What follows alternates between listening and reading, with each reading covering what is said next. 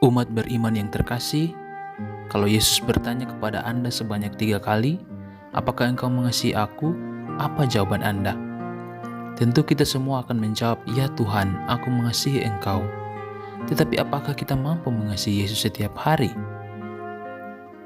Saudara-saudariku yang terkasih, ketika Yesus bertanya kepada Petrus sebanyak 3 kali, Petrus, apakah engkau mengasihi aku? Petrus menjawab, ya Tuhan, aku mengasihi engkau. Kemudian Yesus berkata, gembalakanlah domba-dombaku. Yesus bertanya kepada Petrus karena ingin mengetahui seberapa besar dan dalamnya komitmen Petrus dalam mengikutinya. Meskipun Yesus sudah tahu akan apa yang terjadi dengan Petrus, kenyataan bahwa Petrus yang menyangkal Yesus sebanyak 3 kali membuktikan bahwa mengasihi Yesus itu bukan perkara yang mudah, karena engkau akan berhadapan dengan begitu banyak penderitaan seperti yang dialami oleh Yesus, difitnah, dicaci, dicemooh, diludahi, disingkirkan, dibenci, dan dimusuhi banyak orang.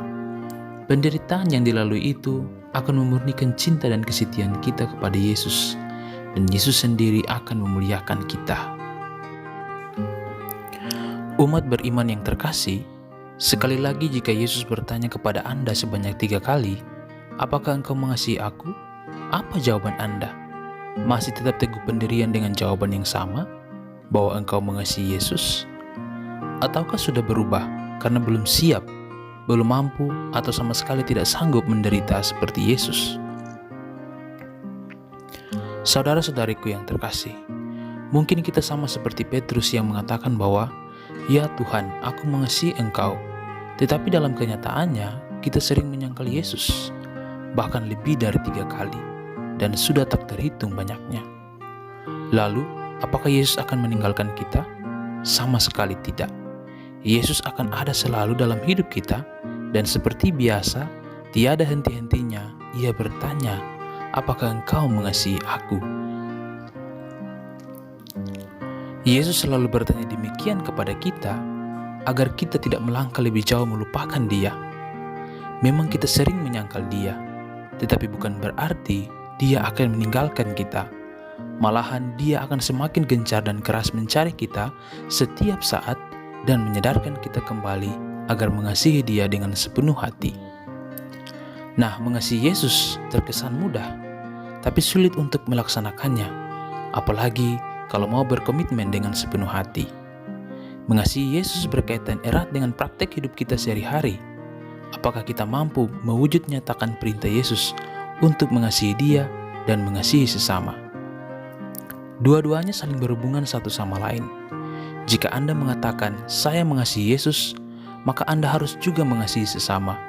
Mengasihi suami Anda, istri Anda, anak-anak Anda, teman Anda, rekan kerja Anda, pekerjaan Anda, tempat tinggal Anda, dan mengasihi sesama yang membenci Anda, yang tidak Anda sukai.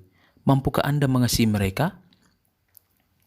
Saudara-saudariku yang terkasih, tujuan hidup kita di dunia ini adalah mengasihi Tuhan dan mengasihi sesama. Jika itu yang kita utamakan, maka berkat yang lain akan Tuhan tambahkan kepada kita. Umat beriman yang terkasih, jika tidak ada cinta dalam keluarga, maka konflik akan sering terjadi. Jika tidak ada cinta dalam komunitas, maka perselisihan akan sering terjadi. Jika tidak ada cinta dalam gereja, maka perbedaan pendapat akan sering terjadi. Dan jika tidak ada cinta dalam Yesus, maka dosa dan kejahatan akan sering menghantui pikiran kita. Oleh karena itu, kasihilah Yesus dengan sepenuh hati, maka kamu akan mengalami sukacita yang besar dalam hidup ini. Tuhan memberkati kita semua.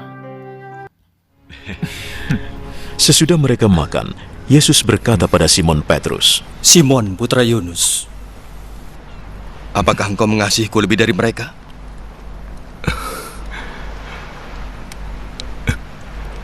Benar Tuhan, Engkau tahu aku mengasihimu. Gembalakan anak-anak dombaku.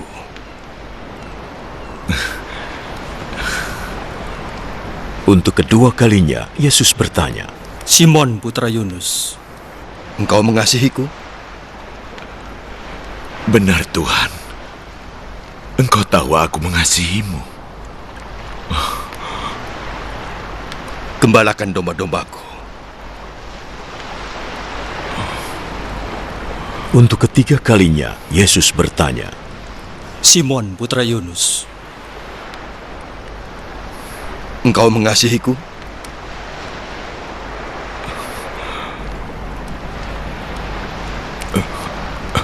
Petrus menjadi sedih, sebab Yesus bertanya sampai 3 kali, apakah engkau mengasihiku?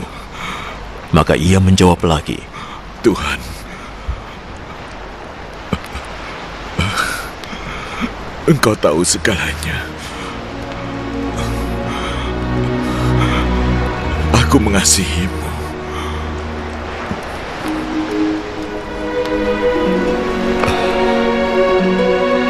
Gembalakan domba-dombaku.